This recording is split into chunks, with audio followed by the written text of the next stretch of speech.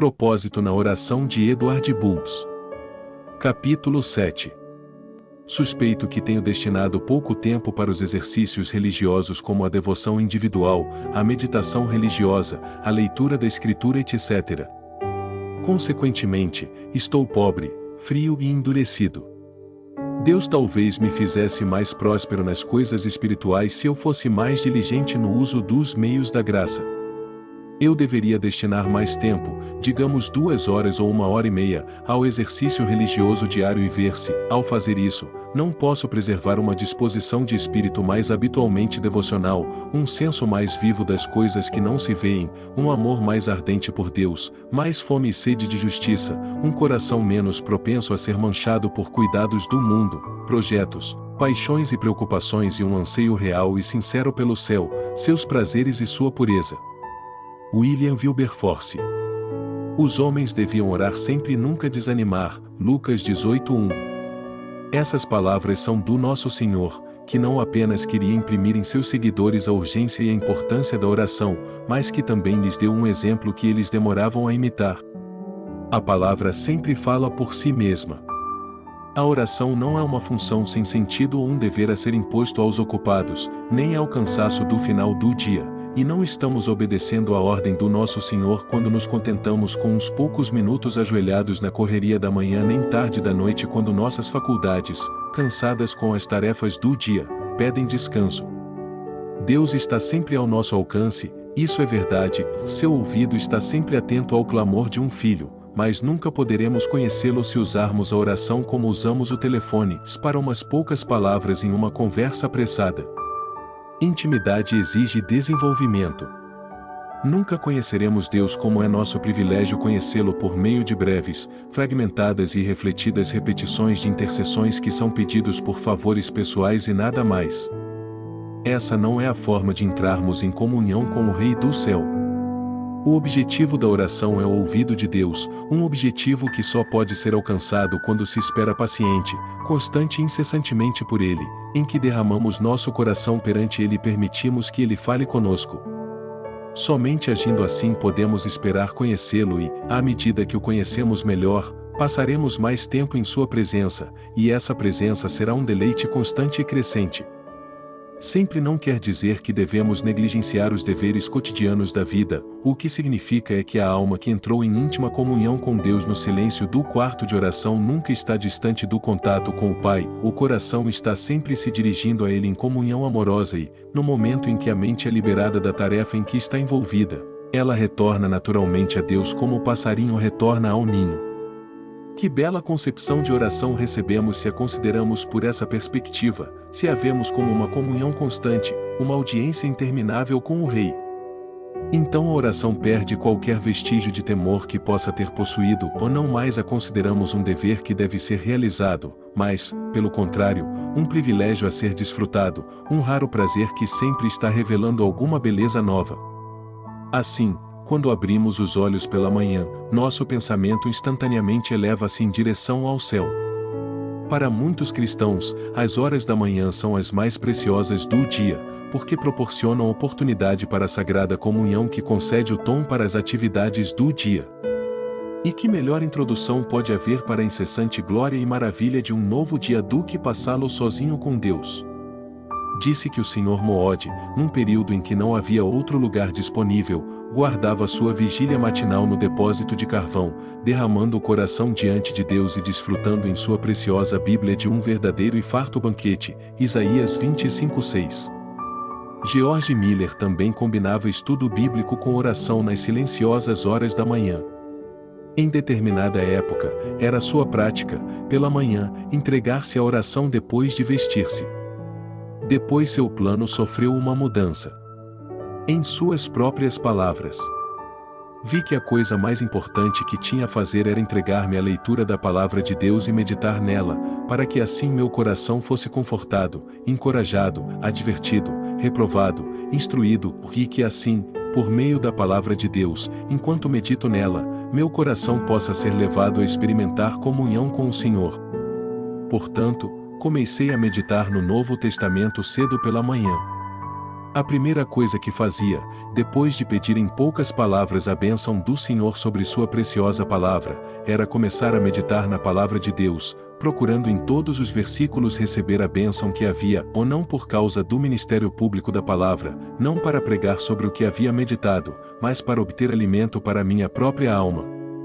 O resultado quase invariavelmente era que depois de poucos minutos minha alma era conduzida à confissão, ou gratidão, ou intercessão, ou à súplica, e de modo que, embora não me entregasse à oração, mas à meditação, tudo se voltava quase imediatamente mais ou menos para a oração.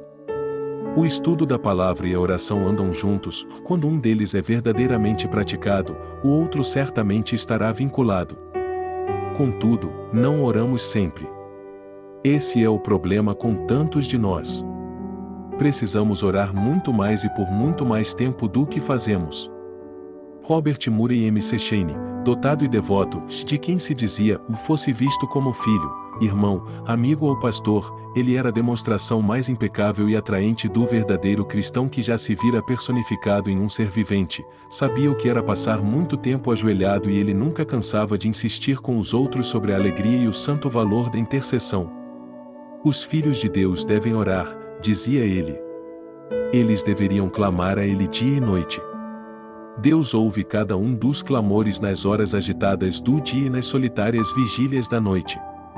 De todas as formas, pela pregação, pela exortação, quando presente, e por cartas, quando estava ausente, McCheyne enfatizava o dever da oração, insistente e incessante oração. Em seu diário, encontra-se esta declaração: pela manhã, eu estava ocupado preparando a mente, depois o coração. Esse tem sido frequentemente meu erro e sempre senti o mal que isso causa, especialmente na oração. Reforma-me, portanto, ó Senhor. Enquanto viajava para a Terra Santa, escreveu: muito da nossa segurança se deve às orações do meu povo. Se o véu do mecanismo do mundo fosse erguido, quanto descobriríamos que é feito em resposta às orações dos filhos de Deus. Em uma pregação comum, disse ao pregador: entregue-se à oração e ao ministério da palavra. Se você não orar, Deus provavelmente o porá de lado no ministério, como ele fez comigo, para ensiná-lo a orar. Lembre-se da máxima de Lutero: orar bem é estudar bem. Receba seus textos de Deus, seus pensamentos, suas palavras. Carregue os nomes do pequeno rebanho no peito semelhantemente ao sumo sacerdote. Lute pelos não convertidos. Lutero passava suas últimas 3 horas em oração, John Welsh orava 7 ou 8 horas por dia. Ele costumava deixar um chale na cama para se enrolar nele quando levantasse durante a noite. Às vezes, a esposa o encontrava deitado no chão chorando. Quando ela reclamava, ele dizia: "Vó mulher, tenho 3.000 almas para prestar contas e não sei como muitas delas estão." As pessoas, ele exortava e desafiava. Ore por seu pastor. Ore por seu corpo, para que ele tenha força e seja poupado por muitos anos. Ore por sua alma, que ele se mantenha humilde e santo, uma luz que arde e brilha. Ore por seu ministério, que seja grandemente abençoado, que ele seja ungido para pregar as boas novas. Que não haja oração secreta sem que ele seja mencionado diante de Deus, que não haja oração familiar sem levar seu pastor no coração de vocês a Deus. Há 2 coisas, diz seu biógrafo, que ele parece nunca ter perdido: cultivar a santidade pessoal e os mais ansiosos esforços para ganhar almas. As 2 são os inseparáveis acompanhantes do ministério da oração. A oração fracassa quando o desejo e o esforço pessoal por santidade fracassam. Não há pessoa que ganhe almas e não seja adepta do ministério da oração. É o dever dos ministros, declara esse santo homem, começar a reforma da religião e dos costumes com eles mesmos, a família etc., com a confissão de pecados passados, oração fervorosa por direção, graça e propósito de coração. Ele inicia com ele mesmo sob o título Reforma na oração secreta e decide: não devo omitir nenhuma parte da oração, confissão, adoração, ação de graças, petição e intercessão. Há uma tendência temível de omitir a confissão, procedente de uma visão pequena de Deus e sua lei, visões superficiais do meu coração e do pecado da minha vida passada. Isso deve ser resistido. Há uma tendência constante de omitir a adoração quando esqueço com quem estou falando, quando entro de forma negligente na presença de Jeová sem considerar seu nome e caráter sublimes. Quando tenho pouca visão de sua glória e pouca admiração por suas maravilhas, tenho a tendência natural do coração de omitir as ações de graças, mesmo que sejam especialmente recomendadas. Com frequência, quando o coração está morto para a salvação dos outros, omito a intercessão, contudo ela é especialmente o espírito do grande advogado, que tem o nome de Israel no coração. Eu deveria orar antes de ver qualquer pessoa. Frequentemente, quando durmo demais ou encontro-me com outras pessoas cedo pela manhã e depois tenho a oração familiar, o café da manhã e visitas matinais, já são 11 horas ou meio-dia quando começo minha oração individual. Isso é um sistema terrível, avesso à Escritura. Cristo levantava antes do início do dia e ia para um lugar solitário. Davi disse: "E de manhã ouves, Senhor, o meu clamor, e de manhã te apresento a minha oração." Salmos 5:3. Maria Madalena foi ao sepulcro quando ainda estava escuro. A oração familiar perde muito de seu poder e doçura, e não posso fazer nada de bom por aqueles que vêm à minha procura. A consciência se sente culpada, a alma, não alimentada, a lâmpada, apagada. Sinto que é muito melhor começar com Deus, ver primeiro a face dele, aproximar minha alma dele antes que me aproxime de outra. Quando acordo, ainda estou contigo. Se durmo demais, ou se viajo bem cedo, ou se meu tempo é curto por algum motivo, é melhor me vestir apressadamente e ter uns poucos minutos sozinho com Deus do que dar tudo por perdido. Mas, em geral, é melhor ter pelo menos uma hora sozinho com Deus antes de me envolver com qualquer outra coisa. Eu deveria passar as melhores horas do dia em comunhão com Deus. Quando acordo no meio da noite, eu deveria levantar e orar assim como David e John Welsh. M.C. Shane acreditava em estar sempre em oração, e sua vida frutífera, embora tenha sido curta, concede um exemplo do poder que há nas visitas longas e frequentes ao lugar secreto em que mantemos comunhão com nosso Senhor. Precisam-se de homens do tipo de M.C. Shane hoje, homens de oração que sabem entregar-se à maior tarefa demandando de seu tempo e atenção, ou homens que possam entregar todo o coração à santa tarefa da intercessão, homens que possam trilhar em oração. A causa de Deus está comprometida com os homens, o Deus mesmo se compromete com os homens. Homens de oração são os vice-regentes de Deus, fazem a obra dele e cumprem os planos dele. Somos compelidos a orar se somos cidadãos do reino de Deus. A falta de oração é expatriação, e pior, do reino de Deus. É banimento, um crime capital, uma brecha constitucional. O cristão que relega a oração a segundo plano em sua vida em pouco tempo perde o zelo espiritual que tenha tido em algum momento. A igreja que faz pouco caso da oração não consegue manter a essência da piedade e não tem poder para anunciar o Evangelho. O Evangelho não vive, não luta nem conquista nada sem oração, sua oração incessante, urgente e fervorosa. Pouca oração é característica de uma recaída e de uma igreja que retrocede.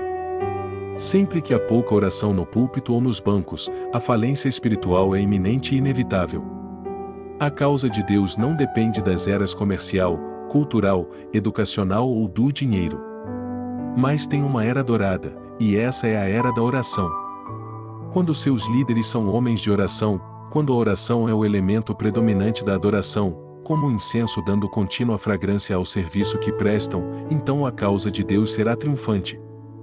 Melhor oração e mais oração, é disso que precisamos. Precisamos de homens mais santos, e mais deles, e de mulheres mais santas e mais delas para orar, mulheres como Ana, que, de suas dores profundas e tentações, produziu suas mais belas orações. Por meio da oração, Ana encontrou alívio. Em todo lugar em que a igreja foi reincidente e apóstata, seus inimigos foram vitoriosos. Ana entregou-se à oração e na tristeza multiplicou a oração.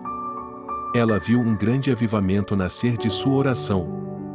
Quando toda a nação estava oprimida, nasceu o profeta e sacerdote Samuel, que estabeleceria uma nova linha de sacerdócio, e a oração de sua mãe trouxe à vida uma nova vida para Deus. Em todos os lugares a religião reviveu e floresceu. Deus, fiel à sua promessa, peça-me, embora a oração tenha vindo do coração partido de uma mulher, ouviu e respondeu, enviando um novo dia de alegria santa para reavivar seu povo. Assim, mais uma vez, enfatizaremos e repetiremos que a grande necessidade da Igreja nesta e em todas as eras é de homens de fé atuante, de imaculada santidade, de marcante vigor espiritual e zelo consumidor a tal ponto que iniciarão uma revolução espiritual por meio de suas orações de poder. Habilidade natural e privilégios educacionais não figuram como fatores nessa questão, ou no entanto, uma habilidade para a fé, a capacidade de orar, o poder de uma consagração completa, a habilidade de diminuir o próprio ego, a perda absoluta do ser na glória de Deus e o sempre presente e insaciável anseio e busca por toda a plenitude de Deus. Homens que possam pôr a igreja em chamas por Deus, não de forma barulhenta e exibicionista, mas com um calor intenso e silencioso que derrete e move tudo para Deus. Retornando ao ponto principal, a oração em secreto é o teste, a medida, o preservador da relação do homem com Deus. O quarto de oração, ao mesmo tempo em que é o teste de sinceridade da nossa devoção a Deus, é também a medida da devoção. O negar a si mesmo, os sacrifícios que fazemos em favor do nosso quarto de oração, a frequência das nossas visitas a esse santo lugar de encontro com o Senhor, o delongar-se, a relutância em sair são valores que apresentamos na comunhão solitária com Deus, o preço que pagamos pelas horas de comunhão amorosa e celestial com o Espírito. O quarto de oração preserva nosso relacionamento com Deus. Ele conserta qualquer problema de conexão, tira do caminho o que nos enreda, e ele nos prepara para qualquer batalha. Assim como a âncora mantém o navio mais firme e seguro, o quarto de oração agarra-se a Deus. Satanás tentará impedir-nos de estar com Deus, fechando o caminho para o quarto de oração, e assim desfazer nossa firmeza em Deus e fechar nosso caminho para o céu. Não tenha medo de orar, orar é certo, ore se puder com esperança, mas ore sempre. Embora a esperança seja fraca ou esteja doente pela longa espera, ore no escuro se não houver luz, e, se por algum desejo não ousar orar, então ore a Deus para lançar fora esse desejo.